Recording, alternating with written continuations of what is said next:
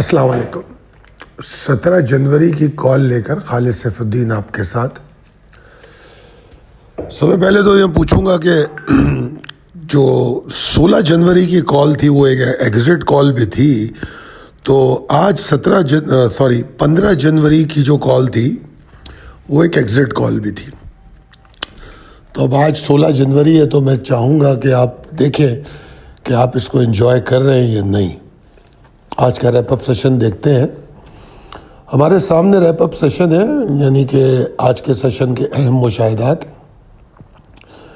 देखिए, मार्केट में एक कंसिस्टेंट सेलिंग प्रेशर था या डिप्रेशन था, तसलसल के साथ नीचे आ रही थी। हाँ, बीच में कुछ छोटी वेव्स बन रही थी जो मल्टीपल ट्रेडिंग अपॉर्चुनिटीज़ और शॉर्ट टर्म ट्रेडर्स के लिए बहुत अच्छी थी। वॉल्यूम जो लो है, इसके बारे में मैं पिछली कई कॉल्स में डिस्कस कर चुका हूँ, और वो जो वॉल्यूम लो है उसकी वजह से मार्केट के सेंटिमेंट को प्रिसाइसली समझना या एक्यूरेटली समझना, मैं समझ सकता हूँ, काफ़ी मुश्किल हो जाता है। क्योंकि मैंने कल कहा था ना कि मार्केट को चाहे बुल्स हो या बियर्स हो, किसी भी डायरेक्शन में हो, उसे वॉल्यूम के साथ आना होगा ताकि बुल्स को एग्जॉस्ट करना हो या बियर्स को एग्जॉस्ट करना हो। इस तरह के वॉल्यूम जो है एक गैर यकीनी कैफियत को मार्केट में रखते हैं, और इसकी मल्टीपल रीज़न होती हैं, और इस पर काफ़ी हम स्पेकुलेट कर सकते हैं कि यार ये वजह होगी, वो वजह होगी, बातें बड़ी कर सकते हैं। इसमें पॉजिटिविटी भी है और ये नेगेटिव बात भी है, दोनों चीज़ें हैं इसमें। और अगर आप पिछली कॉल्स सुनते हुए आ रहे हैं, तो जो अभी आखिरी कॉल है इसमें मैंने आपको कहा, कल की जो आज के लिए दी थी, कि 1,14,907 के नीचे मार्केट को नहीं ट्रेड करना चाहिए। और अब जाके मार्केट का हाई देखें, एग्जैक्टली उसी जगह पे मार्केट का हाई है। ये चीज़ हमें रीइंफोर्स करती है कि हम बिलीव करें लेवल्स पे बिलीव करें।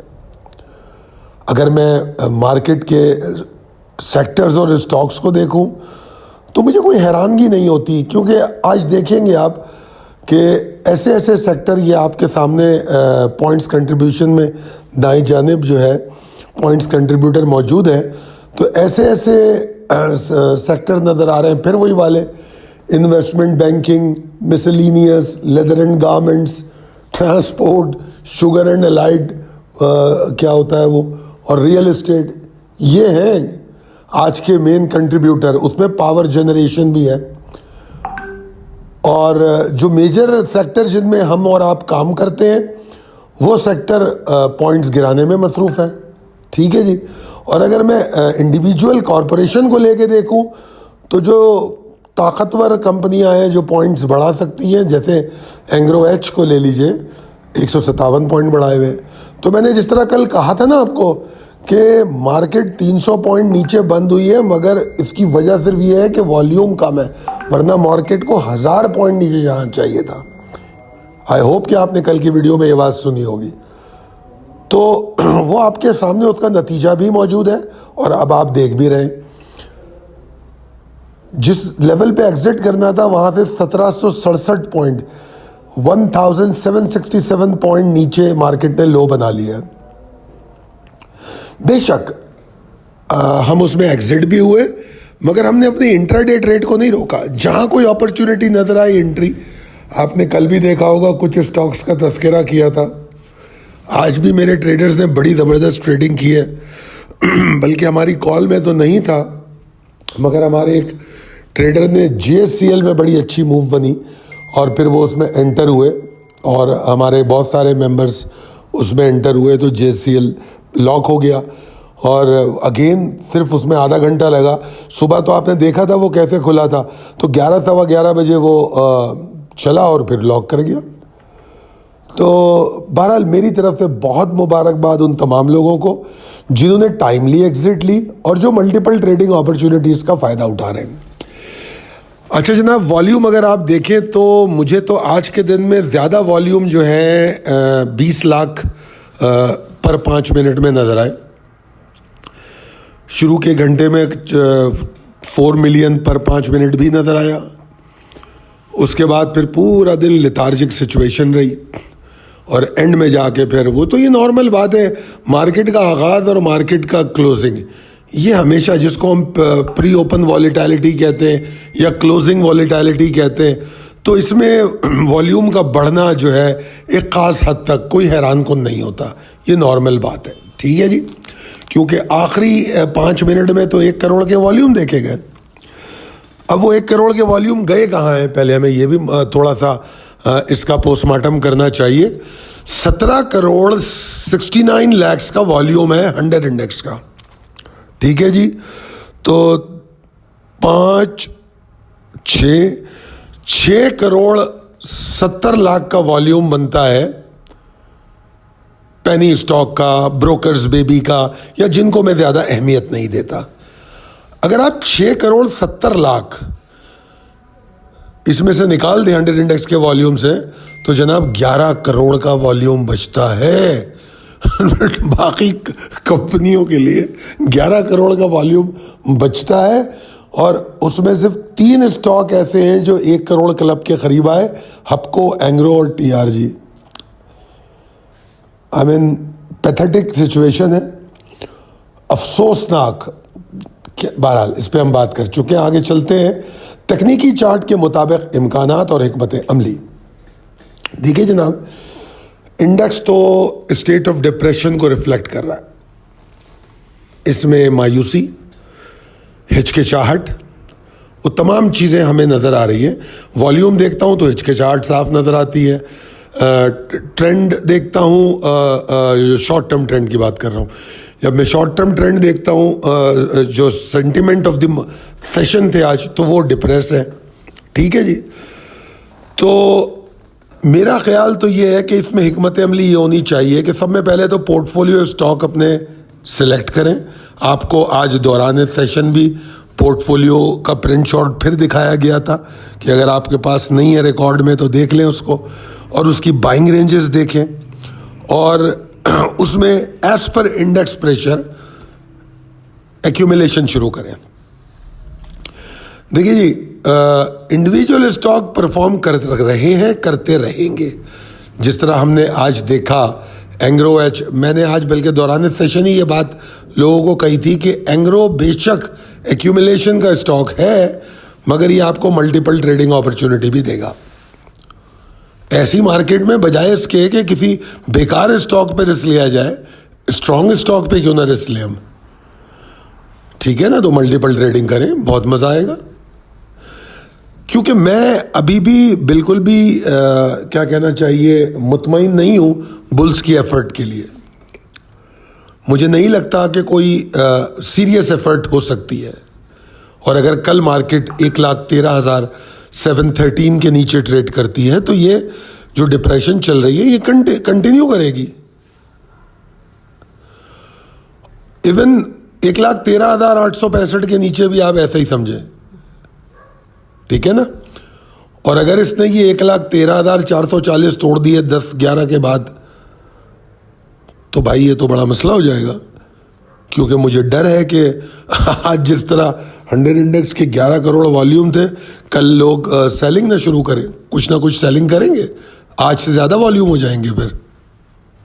ठीक है ना। और अगर मैं बुल्स की तरफ देखूं तो इनकी जो रिकवरी है उसके लिए इनको कम से कम 1,14,336 के ऊपर जाना पड़ेगा। और 1,14,336 यहाँ से कितना दूर है, 500 पॉइंट की दूरी पर है। तो इसके ऊपर जाके अगर मार्केट रुके, अच्छा खुल तो सकती है। जिस तरह मैं हमेशा कहता हूँ कि मार्केट का देखिए ना, कल भी 300 पॉइंट माइनस बंद हुई थी, मगर आगाज़ देख लीजिए 1,14,884 का हाई है। तो मार्केट का ऊपर खुलना तो कोई बड़ी बात ही नहीं है, खुल सकती है। मार्केट का सस्टेन करना बहुत ज़रूरी है, और ख़ास तौर पे प्री ओपन वॉलेटिलिटी की तो हम कोई अहमियत ही नहीं मानते।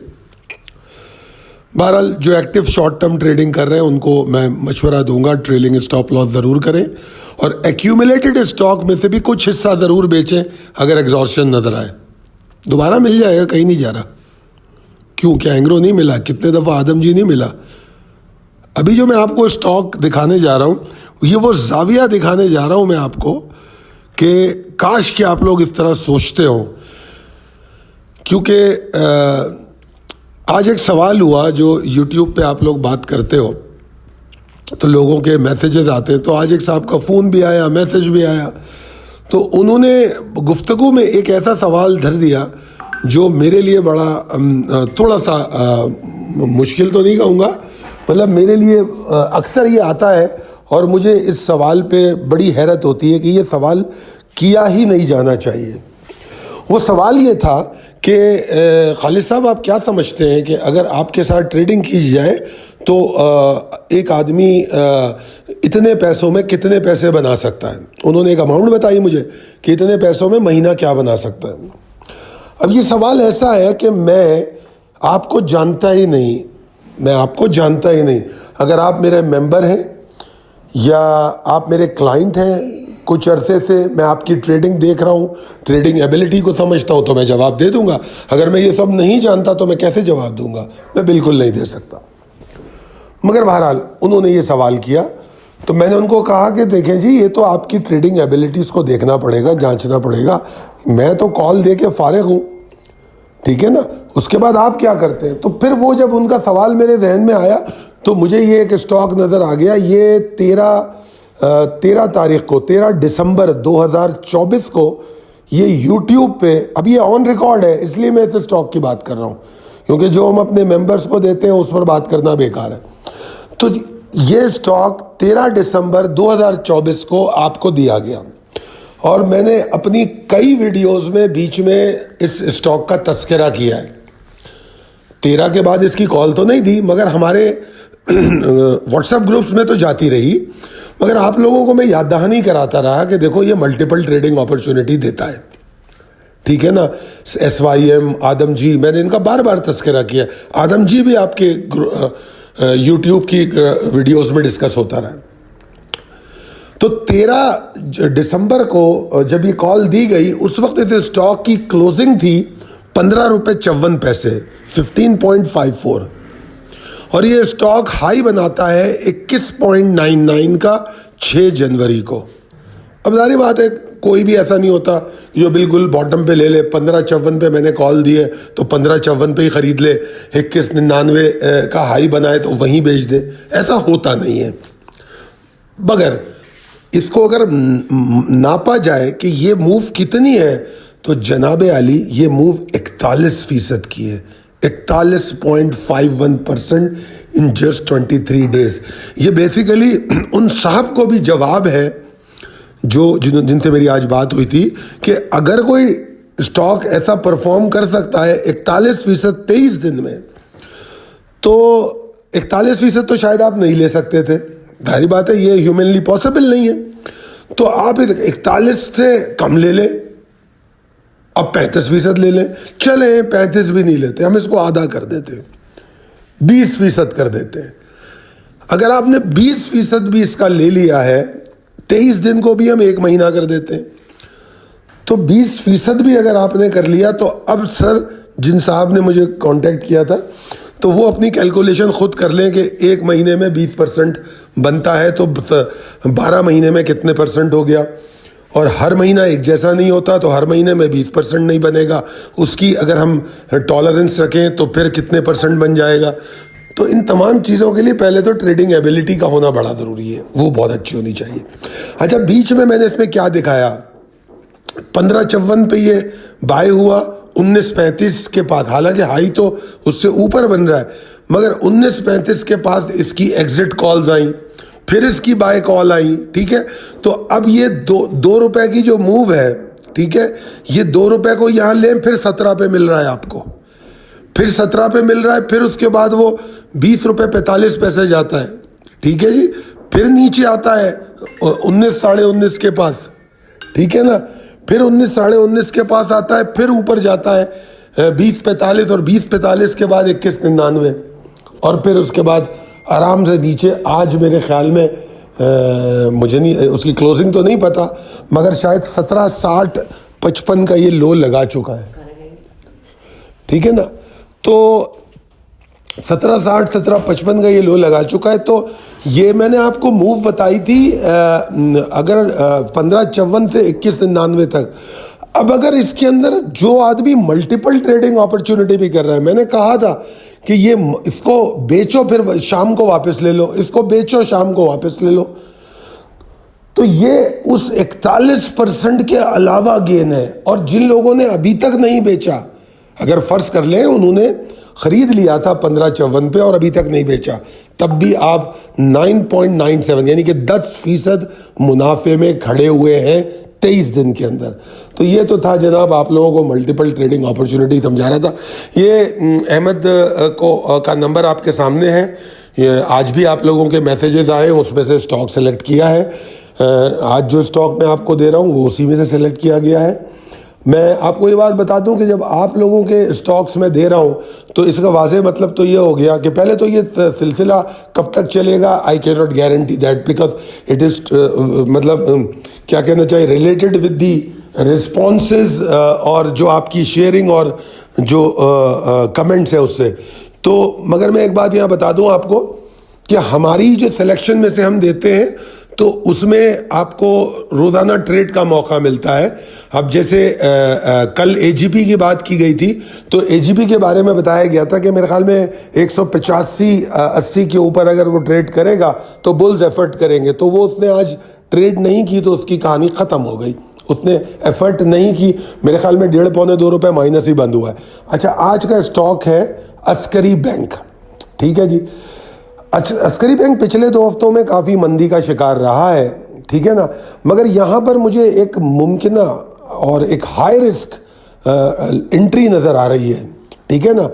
अच्छा, अब जब मैं हाई रिस्क एंट्री कहता हूँ तो भाई वो हर एक के लिए नहीं होती, जिनमें दिल है हाई रिस्क एंट्री में जाने का वो लोग लें, क्योंकि ट्रेडिंग में 2 ट्रेड्स, वैसे तो बहुत सारी ट्रेडों का हर ट्रेड का रिस्क लेवल अलग अलग होता है, मगर कुछ ट्रेड्स ऐसी होती हैं जिनका रिस्क लेवल बहुत हाई होता है, ठीक है ना। जैसे ट्रेडिंग की किस्मों में स्कैल्पिंग है, या जैसे आप समझ लीजिए शॉर्ट ऑन स्ट्रेंथ है, शॉर्ट ऑन स्ट्रेंथ और लॉन्ग ऑन डिप, इनका भी रिस्क लेवल हाई होता है। और उसकी वजह ये होती है कि ये अगेंस्ट द ट्रेंड जाके आप ट्रेड करते हैं, ठीक है जी। तो जब तक ट्रेंड इस्टेब्लिश नहीं होता उस वक्त तक रिस्क लेवल कम नहीं होता। अब जिस तरह मैंने कहा पिछले 2 हफ्तों से मंदी का शिकार है ये, और इसमें एक मुमकिन उम्मीद नज़र आई है कि शायद ही यहाँ से रिवर्स करे, रिबाउंड करे, वापसी का रास्ता चुने। तो इसके लिए सबसे पहले तो स्टॉप लॉस आपको दूर नज़र आएगा 38.15 के नीचे। वो इसलिए है कि आप अगर आपको 20, 25, 50 पैसे नीचे भी मिले तो आप ये बाय करें, ठीक है जी, क्योंकि स्टॉप लॉस 38.15 है। एक बार स्टॉक 40 रुपये 20 पैसे के ऊपर जाके रुका, ठीक है ना, तो 40 रुपये 20 पैसे के ऊपर जब रुकेगा तो तब आप स्टॉप लॉस को ऊपर भी लेकर आएंगे, 39.65 के नीचे भी लेकर आ जाएंगे, ठीक है। और फिर स्टॉक ने अगर 40.65 तोड़ दिया तो फिर इस स्टॉक के अंदर बुल्स की पावर भी शुरू हो जाएगी और रिस्क का लेवल भी कम हो जाएगा। अच्छा, मैं इस स्टॉक का कोई मखसूस टारगेट इसमें नहीं दे रहा। क्यों? इसलिए नहीं दे रहा कि मैं इस स्टॉक के अंदर थोड़ी बेहतर मूव देख रहा हूँ, मैं लंबा देख रहा हूँ, ठीक है ना। और वो मैं सारी बात है, क्योंकि हम डेली कॉल देते तो हम उसको आगे अपडेट कर देंगे अगली कॉलों में, ठीक है ना। तो मुझे इसके अंदर, तो इसलिए मेरा मशवरा आपको ये है कि अगर एग्जिट लेनी हो तो ट्रेलिंग स्टॉप लॉस से लेना, और ताकि फिर दोबारा बायबैक करने की पोजीशन में रहो, ठीक है जी। तो ये तो थी जनाब आज का स्टॉक, और ये हमारा number 0345619043। I will be happy अगर आप लोग राब्ता करना चाहें हमारी डेली कॉल्स के लिए। हम बहुत सारी ऑफर्स लेकर आ रहे हैं, बल्कि मेरे ख्याल में हमारी टीम कोई आप लोगों के लिए जूम सेशन भी तरतीब दे रही है, और उस जूम सेशन में आप लोग जो है इन कॉल्स को भी समझ सकेंगे, और उसमें शायद वो फ्री कॉल भी आपको देने जा रहे हैं, लेवल्स और फ्री कॉल्स। तो ज़रूर इस नंबर पर रब्ता कीजिए 0345619043। इस नंबर पे आपको तमाम डिटेल भी मिल जाएंगी। और अगर आप forex, commodities, international market, crypto कहीं भी काम करते हो तो हमारी डेली कॉल्स और मिड डे कॉल्स जो हम दौरान मार्केट आपको सपोर्ट करते हैं वो आपके लिए मददगार होंगी। बहुत शुक्रिया, अल्लाह हाफिज़।